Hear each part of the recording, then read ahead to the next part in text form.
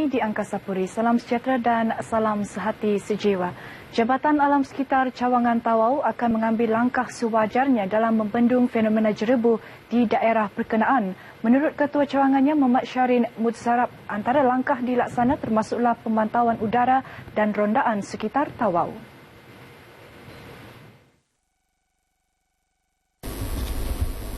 Setakat pukul 5 petang semalam, indeks pencemaran udara IPU Tawau pada paras sederhana dengan catatan 67.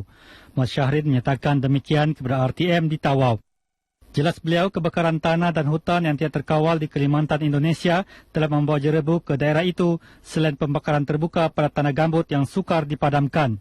Beliau turut menasihatkan warga Tawau agar sentiasa menjaga kesihatan dengan meminum air yang secukupnya dan memakai topeng muka sebagai langkah awal mencegah masalah sesak nafas dan risiko lain. Dalam pada itu, Presiden Majlis Perbandaran Tawau MPT Datuk Ismail Mayakub menasihati orang ramai mengelakkan pembakaran secara terbuka. Beliau berkata demikian ketika ditemui pemberita RTM di Pejabat Majlis Perbandaran Tawau MPT. Sementara itu, rata-rata orang awam yang ditemui mengambil langkah-langkah keselamatan menjaga kesihatan masing-masing. Nasihatkan kepada anak saya supaya minum air banyak kerana keadaan jerebu sekarang ni kan. Sediakanlah topeng mulut untuk anak kita dan banyakkan minum air lah, terutamanya dalam musim jerebu ni memang banyak berlaku dengan masalah kesihatan lah. Kurangkan bermain di luar. Bacaan IPU antara 0 dan 50 dikategorikan sebagai baik, 51 hingga 100 sederhana, 101 hingga 200 tidak sehat, 201 sehingga 300 sangat tidak sehat dan 300 ke atas berbahaya. Lebih banyak perlu dibuat untuk menangani masalah penyalahgunaan dadah di negeri ini. Statistik menunjukkan jumlah kes meningkat, khususnya melibatkan golongan wanita, belia dan remaja termasuk pelajar sekolah. Setakat Julai tahun ini, Agensi Antidadah Kebangsaan AADK Negeri Sabah mencatatkan seramai 479 orang terlibat dengan penagihan dadah, termasuk 32 orang perempuan. Daripada jumlah itu, lebih 80% melibatkan golongan remaja dan belia. Menteri Pembangunan Masyarakat dan Hal Ehwal Pengguna Sabah, Datuk Jenab Ahmad Ain, berucap merasmikan penutupan program dadah dan remaja di Kota Kinabalu. Teks ucapan dibacakan pembantunya, Datuk Anita Baranting. Sehubungan itu, beliau berharap para peserta program akan memanfaatkan ilmu khususnya mengenai kesan buruk penyalahgunaan dadah. Sebanyak 9 buah sekolah mengambil bahagian dalam program ini. Anjuran AADK dengan kerjasama Jawatan Kuasa Sosial Majlis Penasihat Wanita Sabah MPWS, Jabatan Pendidikan Negeri Sabah, Polis Diraja Malaysia PDRM, Jabatan Hal Ehwal Wanita JEHWA, Lembaga Penduduk dan Pembangunan Keluarga Negara LPPKN dan Suruhanjaya Komunikasi dan Multimedia MCMC. Seramai 20 peserta dari dalam dan luar negara menghadiri seminar kepimpinan transformasi dalam melaksana dan menilai projek-projek lestari di Kota Kinabalu selama 8 hari bermula kemarin.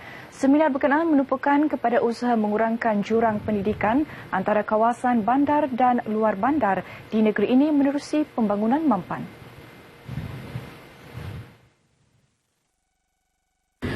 Ketika ditemui pemberita RTM di Kota Kinabalu, moderator program yakin ia mampu menjadi hub perbincangan secara holistik dalam bidang pembangunan. Satu program yang cukup mantap. Bukan saja mereka berbincang dalam seminar seumpama ini, yang lebih penting adalah untuk melihat bagaimana perbincangan ini boleh diamalkan di masyarakat-masyarakat yang memerlukan, ataupun kita perlu melihat apa yang relevan kepada mereka di sekitar Sabah. Program begini memang perlu diperbanyakkan kerana kita perlu lebih interaction antara rakan-rakan dari rantau ini. Kerana Sustainable Development Goals adalah satu agenda global. Tapi kita juga perlu melihat apakah kebarangkalian untuk mendapat perspektif daripada Asia. Sementara itu, bagi peserta, program ini memberi peluang untuk memberi pendapat serta mendengar pandangan generasi muda. Ini merupakan satu program yang bagus bagi memberi pendedahan kepada kami semua dari kalangan NGO, para akademik. Para peserta yang terdiri daripada ahli akademik, badan bukan kerajaan, NGO dan warga institusi pengajian tinggi akan terlibat dalam pelbagai aktiviti luar termasuk lawatan ke Kampung Numbak Sepanggar, Balai Seni Lukis Negeri, Pulau Gaya dan Bundu Tuhan Ranau. Sabah Open Brazilian Jiu-Jitsu BJJ 2015 sempena Festival Kecergasan Sabah mendapat sambutan yang amat menggalakkan daripada peserta dalam dan luar negara. Lebih 100 pesaing termasuk dari Singapura, Brunei, Amerika Syarikat, Scotland dan United Kingdom menyertai pertandingan 2 hari itu yang berlangsung di Kompleks Sukan Likas, Kota Kinabalu.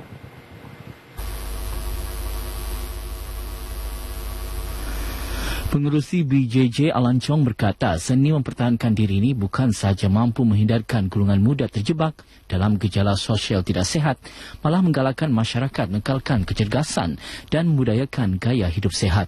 Beliau menyatakan demikian ketika ditemui media dalam majlis penyampaian hadiah kepada pemenang BJJ 2015 di Kota Kinabalu yang disempurnakan Menteri Belia dan Sukan Negeri, Datuk Haji Taufik Abu Bakar Titingan.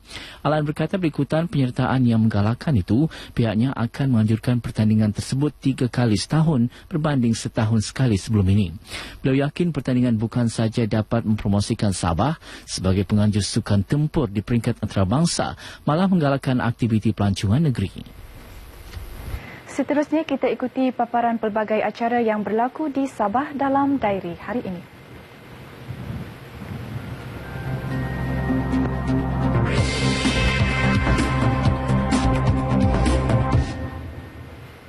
Pada pukul 9 pagi ini akan diadakan program Jabatan Perkhidmatan Awam JPA bersama pesara di Rumah Persekutuan Beaufort. Seterusnya pada pukul 10 pagi, Ahli Jawatan Kuasa Tadbir Bakisa membuat kunjungan hormat di Istana Negeri Kota Kinabalu. Dan akhir sekali pada pukul 11 pagi, Pembantu Menteri kepada Ketua Menteri Datuk Haji Arifin Arif berjumpa dengan guru-guru agama Islam di Hotel Perkasa Kiningau. Baiklah saudara, paparan itu mengakhiri bahan berita dari Sabah hari ini.